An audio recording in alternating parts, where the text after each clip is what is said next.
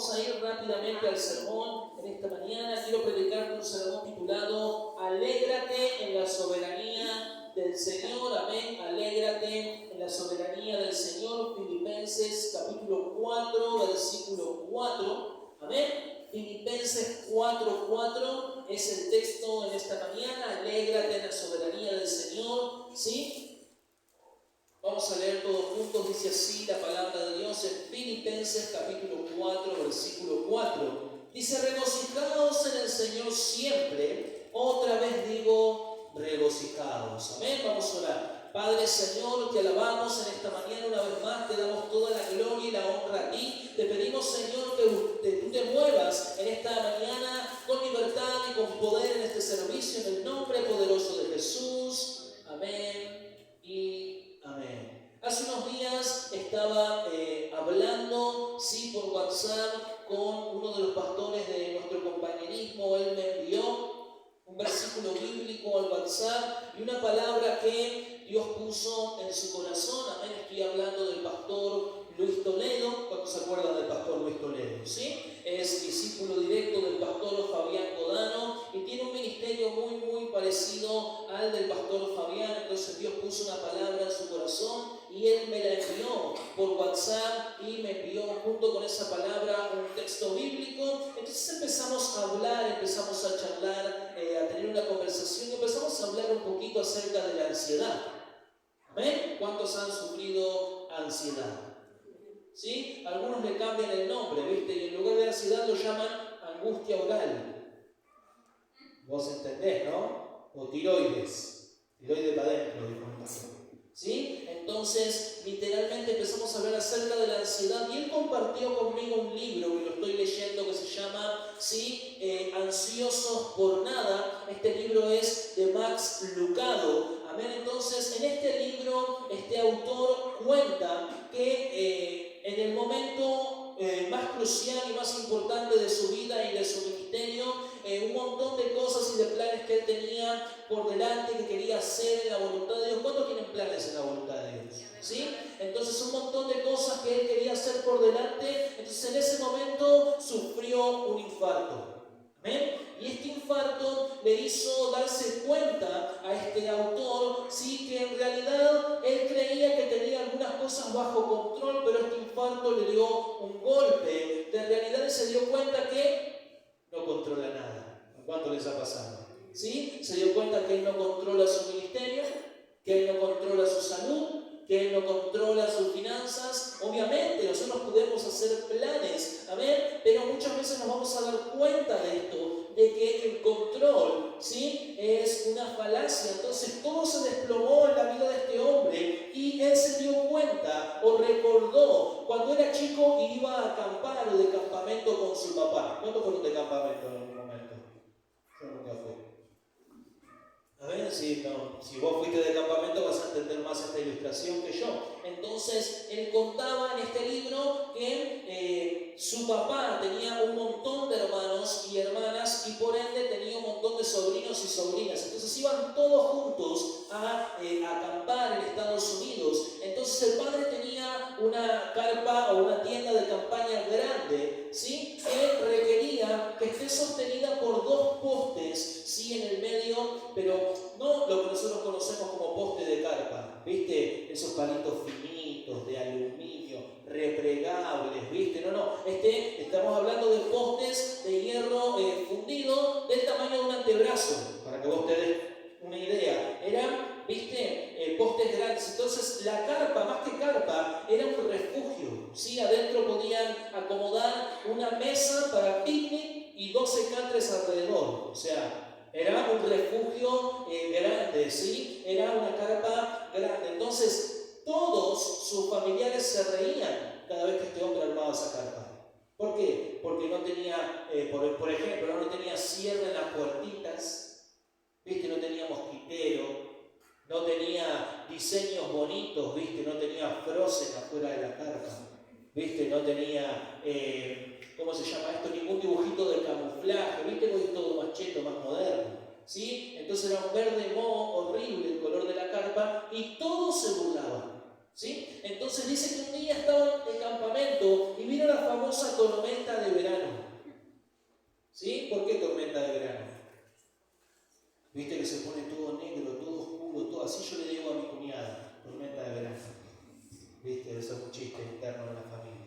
¿Ves? Si mi cuñada está mirando cosas que dudo, sabe que es con cariño. ¿Sí? Pero de repente se levanta una tormenta, amén, y todos corrieron a su carpa, pero la tormenta era tan grande que doblaba los pinos en el parque donde ellos estaban. Estamos hablando de una tormenta importante, y adivina qué pasó.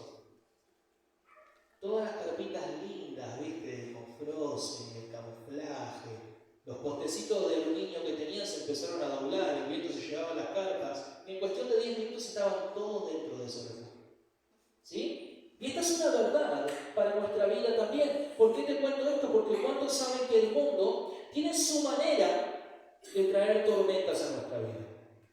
El mundo tiene su forma, tiene su manera. Este hombre, Max Lucado, estaba tratando con un infarto en su vida. Nosotros podemos estar tratando con una enfermedad, con una situación, lo que sea que fuese, pero cuando se trata de una tormenta, amén, la tormenta que trae el mundo, que trae la vida, no se trata simplemente de un poquito de viento fuerte. Se trata de cosas que pueden literalmente afectar tu vida. ¿Y quién de nosotros no ha buscado protección o refugio en una tormenta en la vida? Todos, amén. Y muchas veces nos equivocamos y buscamos refugios en el lugar correcto. Entonces, en primer lugar, quiero hablarte acerca de confiarle tus tormentas a Dios. Una verdad de la vida es que no podés controlar todo lo que pasa a tu alrededor. No podemos controlar todo, pero sí podemos confiárselo al Señor. Nuestras tormentas no se limitan a vientos y a lluvia. Las tempestades de nuestra vida son otras: dificultades, enfermedades, muerte, divorcio, amén, problemas en la familia, problemas en el trabajo. Incluso muchas veces no sabemos dónde encontrar refugio adecuado para estas tormentas. Entonces el apóstol Pablo, en nuestro texto principal, nos habla acerca de razones importantes para poder seguir adelante. El apóstol Pablo escribió esto, ¿sí?, siendo un anciano de aproximadamente 60, 70 años, ¿sí? Hacía 30 años atrás que le había entregado su vida a Cristo. La Biblia cuenta que hubo un montón de kilómetros que él recorrió predicando el Evangelio a pie. ¿Sí? Palizas que él soportó por el Evangelio, recibió 39 latigazos, ¿sí?, en 5 ocasiones distintas. Yo el otro día pregunté cuántos habían recibido un latigazo en su vida y nadie levantó la mano. ¿Sí? Nadie sabe lo que es un latigazo. Amén. Bueno, este hombre recibió, yo tampoco sé, por eso no levanté la mano, pero me pongo, amén, en el lugar de esta persona. Yo me acuerdo de mi mamá, por ejemplo, la varita de Sauce Llorón. ¿Sí? Y se escuchaba nada más. Y después corría de la picazón en la espalda, en las piernas. ¿Sí? Entonces, pensá en un latigazo. Este hombre literalmente sufrió un montón. Pero Pablo había sido encarcelado. Pablo había sido abandonado por sus amigos. ¿Cuántos estuvieron presos alguna vez? ¿Sí? ¿Cuántos fueron traicionados por todos sus amigos? ¿Cuántos fueron traicionados por todos sus compañeros? Amén. De hacer de cuenta, ¿no? Que yo un día no estoy, le digo a Marce, quédate a cargo de la iglesia, vos vas a predicar, ¿sí? Entonces Marce viene a predicar y justo ese día decretan que el evangelio es ilegal. ¿Sí? Entonces Marce, como buen cristiano, tiene la responsabilidad de la iglesia. Viene Marce con Bibi, abre la iglesia, amén, y de repente no viene nadie de la iglesia y cae la policía. Sería trágico para el hermano Marce. Amén. Entonces, probablemente el apóstol Pablo está casi ciego. Amén. ¿Sí? Entonces, literalmente, dice la Biblia que él no podía ver. Y todo esto, preso, en una cárcel. Amén. Por el evangelio. Y como si esto fuera poco, iba a ser enjuiciado por Nerón. Nerón, amén, el emperador romano, había aprendido a ganarse el favor de los ciudadanos romanos asesinando cristianos. Nada más y nada menos. ¿Sí? Entonces, la pregunta es, ¿qué harías vos en el lugar del apóstol Pablo? ¿Qué harías vos con 70 años preso, el lomo molido a palos, sabiendo que al otro día te van a matar? Amén. ¿Qué harías vos? ¿Escribirías una carta como la que él escribió a los filipenses? ¿Le escribirías en la carta, alegraos siempre en el Señor? Insisto, alegraos.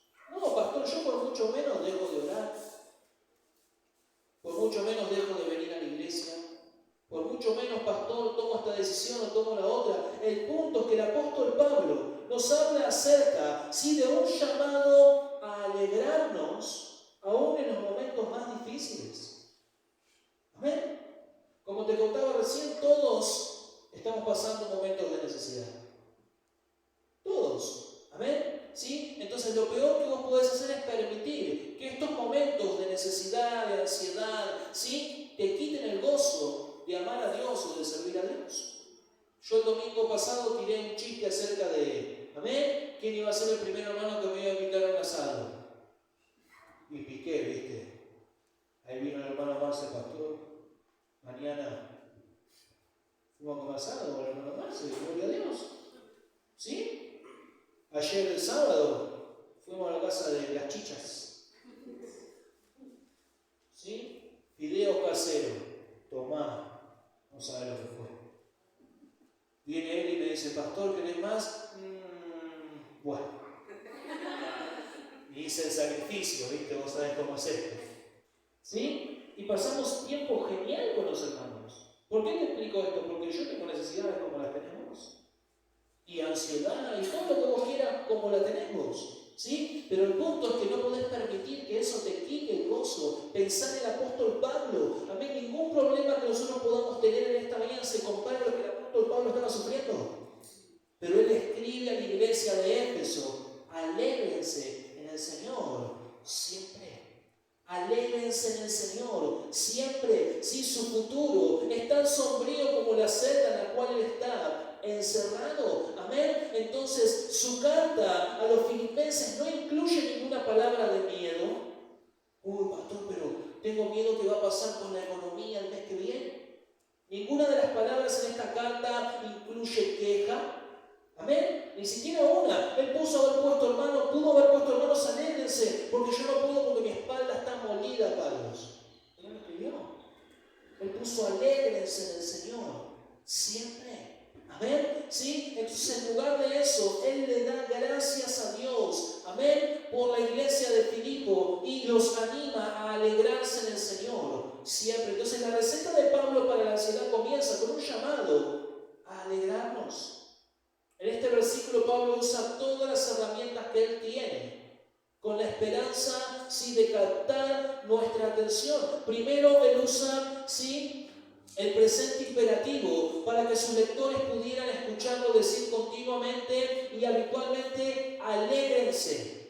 ¿Amén? Alégrense. Y por si el tiempo verbal no es suficiente, él eliminó la fecha de expiración y escribió: alégrense siempre. Siempre, ¿sí? Y si acaso el tiempo verbal siempre no era suficiente, Pablo repitió la instrucción: insisto, alégrense. Tú vas a ser profesor de ¿cómo es? Eso. Entonces, como alguien, ¿sí? La pregunta es: ¿cómo alguien puede obedecer esta instrucción? Estar alegre siempre. ¿Cuántos saben que es difícil estar alegre siempre? Ayer Gonzalo jugó en un club acá que se llama Doble 5, amén, que está entre José C. Paz y San Miguel. Hay una rotonda ahí, por donde vivía todo. ¿Cómo se llama la rotonda esa? Primera Junta. Hay un club ahí en Primera Junta y ayer fuimos, ¿sí? Teníamos el tiempo al mediodía, fuimos, lo llevamos a jugar y uno de sus compañeritos, que se llama Lucas, no sé cómo se llama, tuvo que atajar para 3 categorías diferentes. ¿Sí? 2011, 2012 y 2013. 2012, 2013, 2014, algo así. 3 categorías diferentes. ¿Pero sabes cuál es el problema con Lucas? Que él no es arquero. Lucas, es lo mismo. Si le pongo la S porque la pongo, si la saco porque se la saco. ¿Sí? ¿Sabes cuál es el problema? Que él no es arquero. Que él no ataja.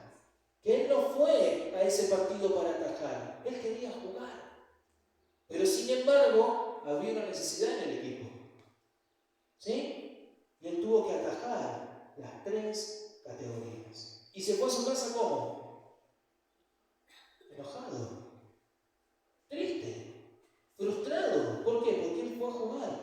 pero terminó atajando. Sí, entonces nosotros con la mamá de él, viste, como buenos adultos maduros, nos reíamos de afuera, viste, y le decíamos, Luca, dale, con una sonrisa, dale. Viste, y vos tenías que verlo, nene. Una cara de perro rabioso. ¿Sí? Porque cuando hay necesidad, amén, y nosotros estamos en ese momento, no es fácil estar alegres siempre. Sí, entonces este versículo es un llamado, amén, y no un sentimiento. ¿Cuántos saben que es diferente cuando vos entendés la palabra llamado? Porque entendés que es algo que Dios te llama a hacer. Sí, entonces Dios te anima, Dios te llama a estar alegre siempre. En segundo lugar, quiero hablar acerca de la firmeza en la solidez de nuestra fe. ¿Sí? Nuestra fe, hermanos, se determina por algo que nosotros llamamos convicciones. ¿Qué quiere decir? ¿Qué es una convicción para usted? Una certeza, algo de lo que yo estoy plenamente, ¿qué? Seguro y convencido. Plenamente. ¿Qué quiere decir plenamente? Que no hay lugar ni siquiera a una ¿qué? A una duda. No hay lugar para una duda. No hay lugar. Sí, para mí, congregarse es una convicción. Y no hay duda de eso. ¿Por qué? Porque la palabra de Dios dice que no tenemos que dejar de congregarnos. Congregarse es una convicción. Orar para mí es una convicción. Leer la Biblia para mí es una convicción. ¿Sí? Así un montón de cosas. Perdonar. Ah, no, pastor, ahí yo tengo unas cuantas dudas ahí, pastor. Sí, el otro día hablaba con una hermana y esta hermana me comentaba una situación. A mí le digo, ¿y por qué no viniste a hablar conmigo? Porque no quería que usted me convenza de lo contrario, pastor. Gloria a Dios.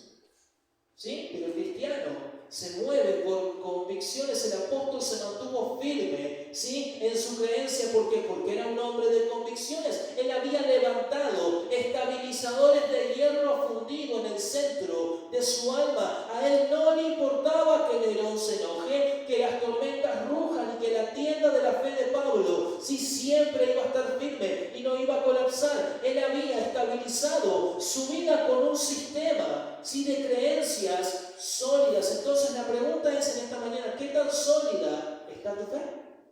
¿Qué tan sólida están tus convicciones? ¿Amén? ¿Qué tan sólida está tu fe? Si vos abrís la tienda de tu alma, vas a descubrir una serie de convicciones que sirven de postes para estabilizar tu vida. Tu sistema de creencias es tu respuesta a las preguntas fundamentales que las tormentas de la vida te van a plantear. Porque muchas veces las tormentas de la vida vienen con preguntas. ¿Sí o no? ¿Y dónde está tu Dios? No digas que nunca te lo preguntaste o que nunca escuchaste esa voz que dice, ¿y vale la pena ir a la iglesia? ¿Sí? Y con todos estos problemas que tenés, ¿qué vas a hacer? ¿Vas a ir a hacerte el hipócrita a la iglesia a aplaudir como foca ahí? ¿Sí o no? Esta es una verdad de la vida. Cuando las tormentas vienen, hermanos, preguntas van a ser hechas en tu alma y en tu corazón. El punto son tus convicciones, tu sistema de creencias. Van a ser las respuestas a esas preguntas de la vida. Tu sistema de creencias no tiene nada que ver ni con tu color de piel, ni con tu apariencia, ni con tus talentos o con tu edad. Tu sistema de creencias, amén, literalmente es el conjunto de convicciones del cual depende tu fe. Ahora mi pregunta es, ¿de qué está dependiendo tu fe en este momento? Porque hay muchos cristianos que su fe depende de la economía, ¿sí o no? Tengo, voy. ¿Y qué cuando no tenés? No voy. Entonces tu fe depende de qué? Y no de tus convicciones. ¿Amén? Yo cuando tenía iba a la iglesia y cuando no tenía iba igual. Pero vos vivías a 4 cuadras de la iglesia. ¿Sí? Cuando tenía que hacer 70 kilómetros venía. Y cuando no tenía, venía igual. Y esta es la verdad. Tu sistema de creencias literalmente es el conjunto de tu convicción. Si tu sistema de creencias es sólido, te mantendrás en pie. Ahora, si tu sistema de creencias es débil, la tormenta va a prevalecer. Ahora, ¿de dónde sacamos nosotros nuestras convicciones? De la palabra de Dios. Nuestra fe se fundamenta ¿en qué? palabra de Dios. Nosotros, hermanos, perdonamos. ¿Por qué? Porque Jesús dijo que había que perdonar. Amén. Nosotros oramos porque Jesús dijo que necesitábamos orar. No que teníamos, que necesitamos orar. Leemos la Escritura porque Jesús dijo, amén, que en la Escritura está todo lo que nosotros necesitamos saber. Entonces la convicción siempre precede a la conducta, o por lo menos en la vida de los cristianos. Pensá esto, la convicción siempre precede a la conducta. En otras palabras, lo que vos crees siempre va a estar antes de las decisiones que vos vas a tomar. ¿Amén? Siempre. Muchos creyentes primero actúan y después se acuerdan de su fe. ¿Sí? Otros creyentes primero actúan bajo sus convicciones y dejan a un lado su fe. Pero para un creyente, primero tiene que aferrarse a su fe, a lo que creemos, y después actuar. ¿Cuántos dicen amén? Por eso es que en cada una de las epístolas el apóstol Pablo abordó las convicciones antes de hablar de acciones y soluciones. ¿Cuántos saben para qué fueron escritas todas las epístolas de Pablo? ¿Cuál es el común denominador de todas las epístolas de Pablo? ¿Cómo? Dirección. ¿Para qué? Para los problemas que había en las iglesias. Cada iglesia tenía diferentes problemas, incluso Tito y Timoteo. Ellos como pastores estaban enfrentando diferentes problemas en todo. Ay, pastor, no me digas que en todas las iglesias hay problemas. Sí. Sí. Ay, yo justo estaba pensando en irme a la iglesia del pastor Vladimir. A ver, justo estaba pensando en la iglesia del apóstol Cloromiro que se postuló para concejal. Sospechoso. A ver, pero bueno, está, qué sé yo. ¿Sí? Entonces, literalmente, Pablo escribía cartas a las iglesias para ayudar a los pastores y las congregaciones a solucionar. Hoy es más fácil, listo, levanta el teléfono y listo. Che, escuchame, pastor, ¿qué hago con esta persona? Que parezca un accidente. ¿Sí? Aleluya. Entonces, esta es una verdad que nosotros no podemos ignorar de la Escritura. Y siempre que vos leas las cartas de Pablo, vos vas a notar que Pablo primero le habla a la iglesia de convicciones. Ayuda a la iglesia a levantar pilares de fe en sus vidas y después aborda los problemas. ¿Por qué? Porque primero vos necesitas aferrarte a tus convicciones. No se puede solucionar ningún problema en la iglesia si nuestras convicciones no son las mismas. ¿Cuántos creen que Jesús nos ama? ¿Cuántos creen en el perdón? ¿Cuántos creen en la restauración? ¿Sí? ¿Cuántos creen en hablar un problema con el hermano si es que lo tengo? Todos creemos en lo mismo. ¿Sí o no? Esas son convicciones. Esos son convicciones. Si no tenemos las mismas... Ah, no, pastor. Porque en esta iglesia se predica acerca del diezmo. En todas las iglesias del compañerismo se cree en el diezmo. ¿Por qué? Porque el pastor Guanameche se le ocurrió el curro. No, hermano, porque está en la Escritura. Ay, pero yo creo algo diferente. Bueno, vamos a tener un problema. ¿Por qué? Porque cada vez que el pastor te enseñe que si vos no diezmas estás en un problema, ¿qué va a pasar? Tu convicción que es diferente a la mía, ¿qué va a hacer? Y te vas a enojar, y te vas a ofender, y vas a poner puchero, y vas a patear piedrita en la vereda. ¿Sí? Cuando te juntes con algún hermano, todo hermano te va a decir, ah, porque el pastor me quiere sacar la plata. Hermano, yo no hablo del diezmo. ¿Quién habla del diezmo? Vos no querés diezmar, no diezmes. Ese es el problema tuyo. Yo diezmo. ¿Sí? Yo diezmo. Mi sobre de diezmo está todos los meses en el arbolí. El mío, el de mi esposa, hasta mis hijos diezman. ¿Sí? Lo que se les da. La mesada. Sí, la de lavar los platos, no es la mesada que van a tener. ¿Sí? Eso hablaba con mi hija ayer, justamente. Ella me decía, ¿viste, papi, que en Estados Unidos la mesada básica, tomá, Sí, los niños estadounidenses son $7 por semana. ¿Qué? ¿Cuánto? $7 por semana. Vos estás loca, amigo. O sea, acá yo vengo a tu mesada, vení. Ahí lavar los platos. Esta es tu mesada. A ver, de $7 gasto para darte comer por día. Estás loca vos. A ver, entonces es importante que entendamos esto. ¿Sí? Literalmente las convicciones son los que nos van a ayudar a nosotros como iglesia a enfrentar las tormentas. Porque hermanos, tormentas van a venir, a nivel iglesia, ¿sí? A nivel congregante, a nivel cristiano, a nivel que vos lo quieras llamar, a nivel persona. Porque todos acá en esta mañana estamos enfrentando una tormenta diferente. O la misma. ¿Sí? Algunos más, otros menos, no importa, tormentas van a llegar. Entonces, para cambiar la manera en la cual una persona responde ante la vida, lo que la persona necesita hacer es primeramente cambiar sus convicciones, si es que no van acorde a la palabra de Dios.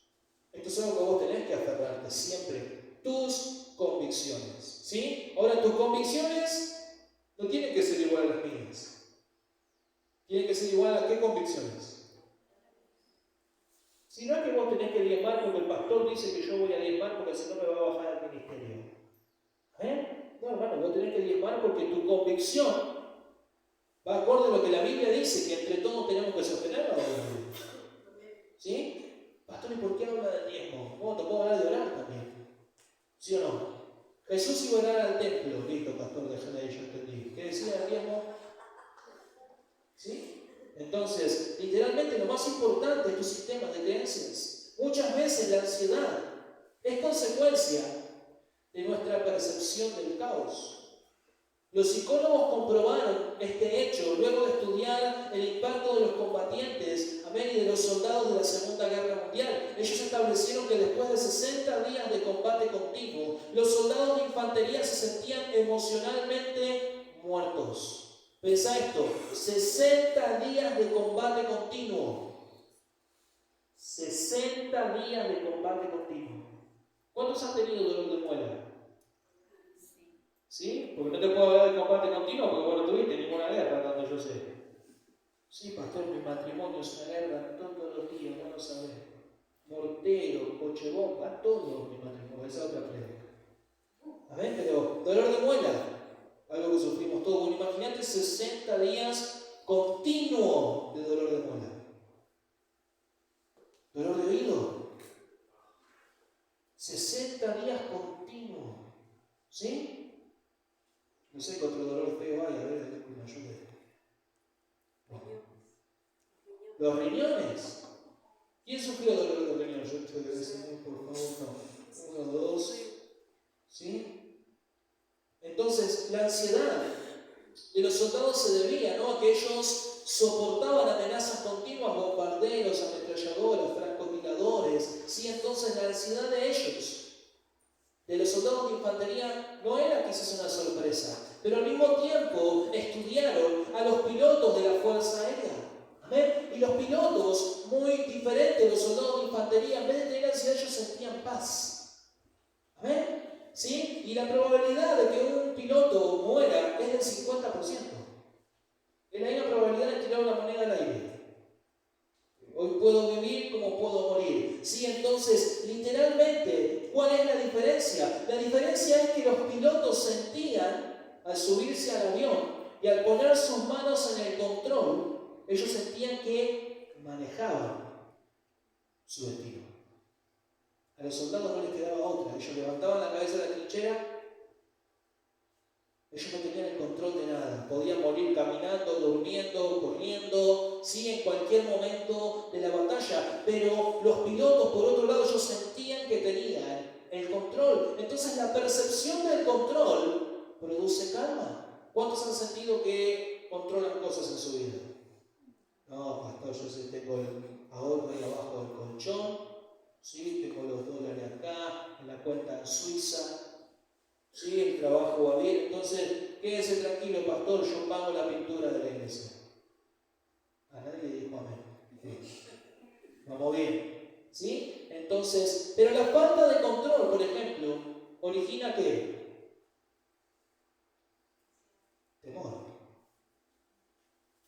Yo me acuerdo, hace unos años atrás, fuimos con el hermano Marce, Vivi, no me acuerdo quién más iba en el auto, fuimos en el famosito Duna a Tristán Suárez.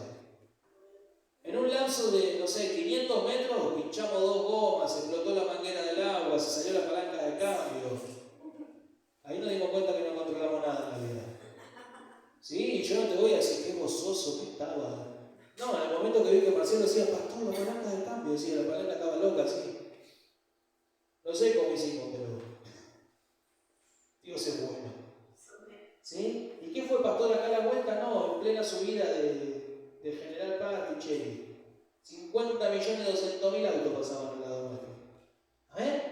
Dios es bueno. Entonces no necesitas una guerra para darte cuenta de que no tenés el control de las cosas. Este es un ejemplo. La ansiedad, hermano, aumenta conforme disminuye lo que vos entendés como control.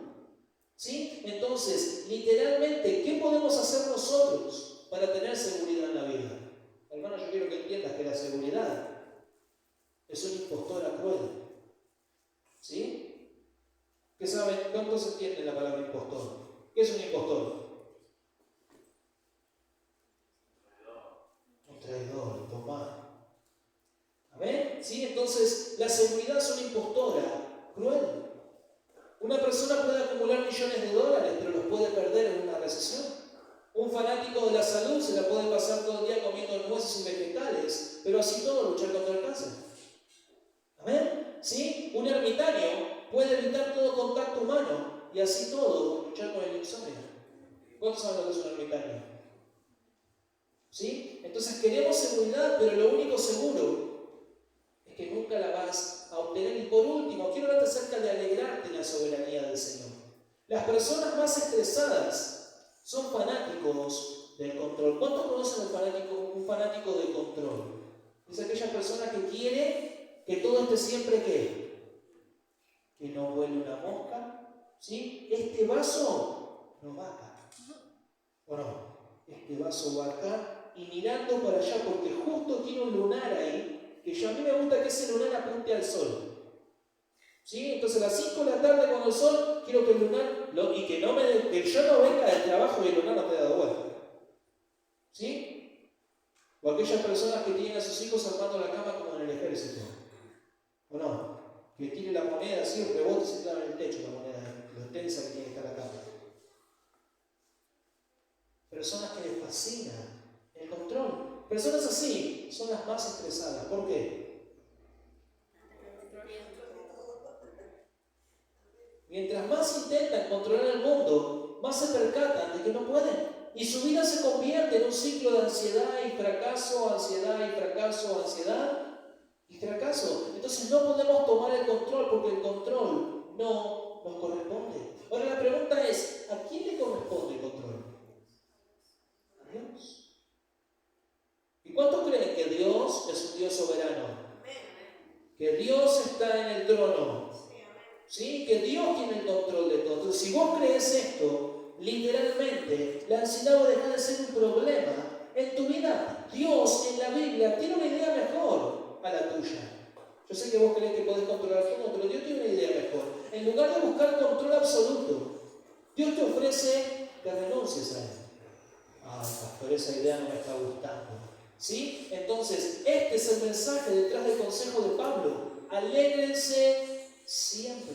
La alegría es una antítesis de la ansiedad, porque la ansiedad no te permite estar alegre. La paz está al alcance de cualquiera de nosotros en esta mañana, pero no por falta de problemas, sino debido a la presencia de Dios en nuestra vida. Amén. Leer a Pablo es leer las palabras de un hombre que en lo más profundo de su ser ha aprendido a confiarle todo a Dios. Y cuando te hablo de confiarle todo, te hablo de confiarle todo, ¿no? ¿Sí? Porque muchas veces creemos que confiamos todo en el Señor. ¿Cuántos han leído ese texto? ¿Sí? El justo por fe vivirá. Amén, pastor, lo tomo, lo recibo. Lo tengo de fondo de pantalla en mi teléfono. Bueno, vivir por fe es justamente esto. Darle el control de Dios, el control de todo en tu vida a Dios. De todo, de tus hijos, de tu esposo, de tu esposa, de tu trabajo, de tu jefe, de la iglesia, de los hermanos de la iglesia, de tus finanzas. Ah, no, pastor, ahí no. Yo prefiero que mis finanzas las cuide el cocodrilo ¿sí? Que el cocodrilo apriete bien la billetera. Sí, anoche hablábamos con las hermanas Ariel y me contaban una historia en México de un cocodrilo que salió de la alcantarilla mientras un padre estaba jugando con su hijo a la pelota en la vereda. El cocodrilo sale de la alcantarilla en México y desapareció en medio. No lo vieron más. ¿Amén? Entonces, viste que yo soy medio manija cuando me cuentan ilustraciones. Porque en la mañana me estaba tomando mate con mi esposa y me puse a ver qué cosita de cocodrilo en YouTube. Y veía otra historia de una mujer indigente también en México. ¿Sí? Se ve que hay unos cuantos cocodrilos en México, no sé. ¿Sí? Entonces esta mujer estaba en una laguna en México en situación de calle lavando ropa. En una laguna.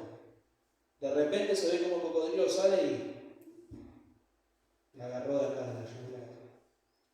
¿Ven? Cocodrilo de 3 metros y piquito. Entonces se veía en el video cómo el cocodrilo daba vueltas y las manos de la mujer hacían así. Entonces mi pregunta es, ¿no? ¿Cómo se veía eso? Porque alguien estaba ¿qué? Hacía algo.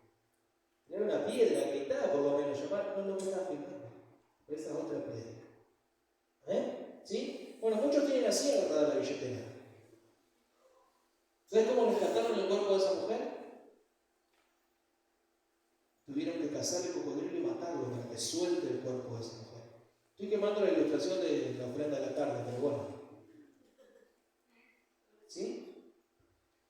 Muchas veces confiamos más en el cocodrilo que en Dios, más en el país en el que estamos. Entonces, la fuerza de Dios es lo que estaba protegiendo al apóstol Pablo. El amor de Dios era lo que estaba guardando al apóstol Pablo en la prisión. Él vivía en la sombra de las alas del Señor. Y la pregunta es, ¿nosotros estamos viviendo de la misma manera?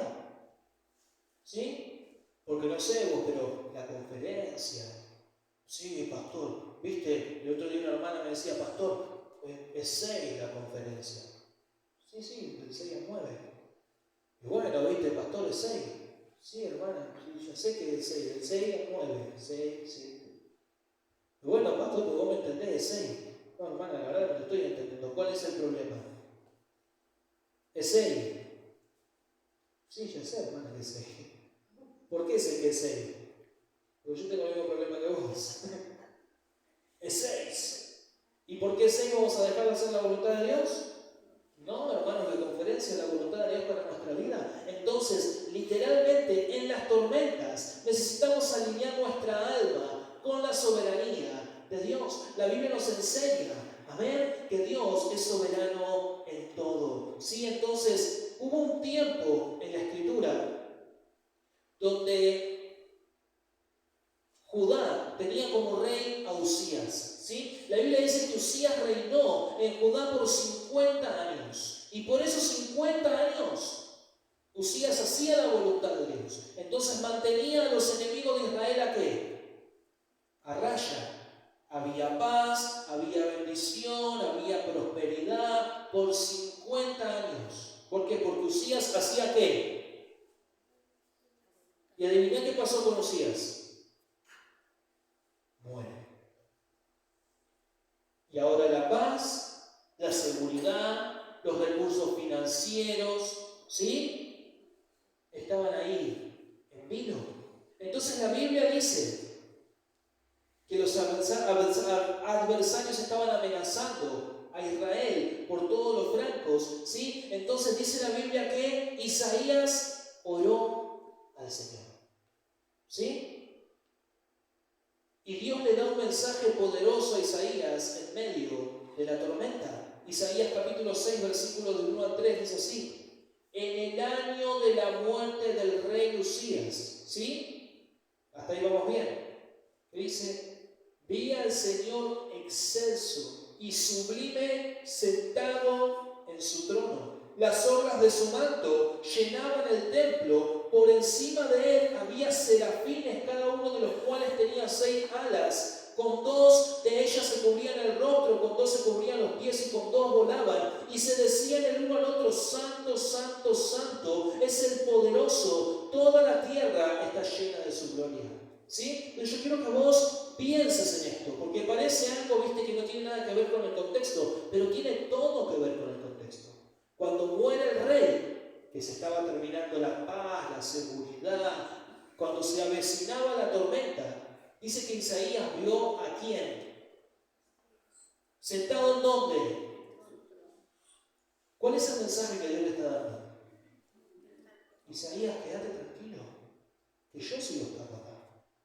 Yo sigo estando en el trono. Yo sigo siendo Dios. El reinado de Uzías, sí, se terminó. El trono de Uzías está vacío, pero yo sigo estando acá en mi trono, ¿sí? El reinado de Uzías se terminó, pero el reinado de Dios, hermanos, no se termina. ¿Sí? La voz de Uzías estaba en silencio por su muerte, pero Dios, o la voz de Dios se escuchaba fuerte y clara. Y esta conferencia, vos vas a escuchar la voz de Dios fuerte y clara. Isaías 6:8 dice así: después oí la voz del Señor que decía: ¿a quién enviaré? ¿Y quién irá por nosotros? Entonces respondí yo: heme aquí, envíame a mí. Esto es algo importante para tu vida, porque todos nosotros podemos tener problemas en esta mañana, pero la voz de Dios se está escuchando del trono. ¿Sí? Isaías levantó la mano y respondió. Dijo: Señor, yo sé que tengo problemas, yo sé que pasa esto, yo sé que pasa aquello, pero si vos me hablás, yo voy a responder. Dios va a hablarte en este altar. Dios va a hablarte en esta conferencia. Dios te habló durante el sermón. Entonces la pregunta es: ¿qué vas a hacer? ¿Vas a comerte todos los kilos de harina que hay habido, en todos los supermercados porque la ansiedad te calcome? ¿O vas a confiar en el Señor?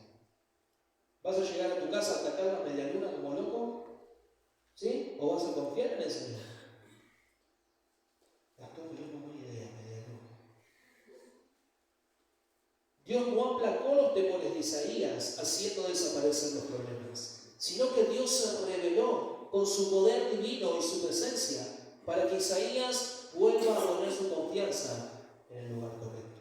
Y este es el mensaje que Dios tiene para vos en esta mañana. Si vamos a hacer algo más, por favor, cerrar tus ojos, inclinar tu rostro, enseñando respeto y reverencia delante de la presencia de Dios. Todos en esta mañana